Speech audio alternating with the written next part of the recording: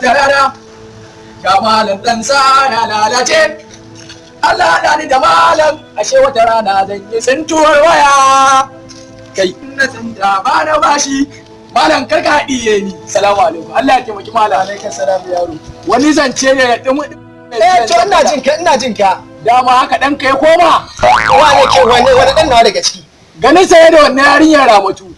Faisal ko Faisal yawa da wani abokin sa yana nan a tattale inna lillahi wa inna ilaihi na fi tunanin yaron nan mai bauɗaɗɗiyar kafa yaron nan ba sa ji an ce ya tara su ma akan shi kawa wani shekatsun su inna lillahi wa inna ilaihi raji'un yaron zamani kenan ina wani kango kusa da gidana na kango Alhaji Ɗayyabu nan na gan su ne abin da wallahi inna lillahi wa inna ilaihi raji'un wannan yaron ba sa jin magana kaga wannan sandar a Saudiya na je lokacin da na je ni aka ba ni ja sallah aka ba ni wannan sandar amma kaga nayi yaki amma kuma sandan nan kawa na ganta a hannun gosho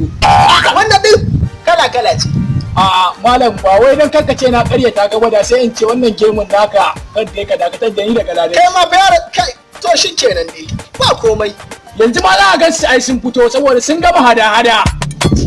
yau isa wani kare ka san ana kallon mu akwai munafiki a layin Allah mu sa ta to na rubi normal to sasa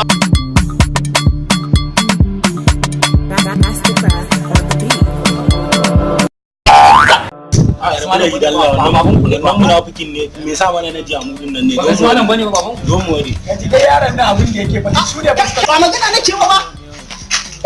ina ta mai magana ma dan iska ne ai a garin nan wala ainihin tukunna an kawo mun karar ka dama ran ku ne sace-sacen kaji nan ma kazan malam Shafi'u ka sata an kawo mun yaran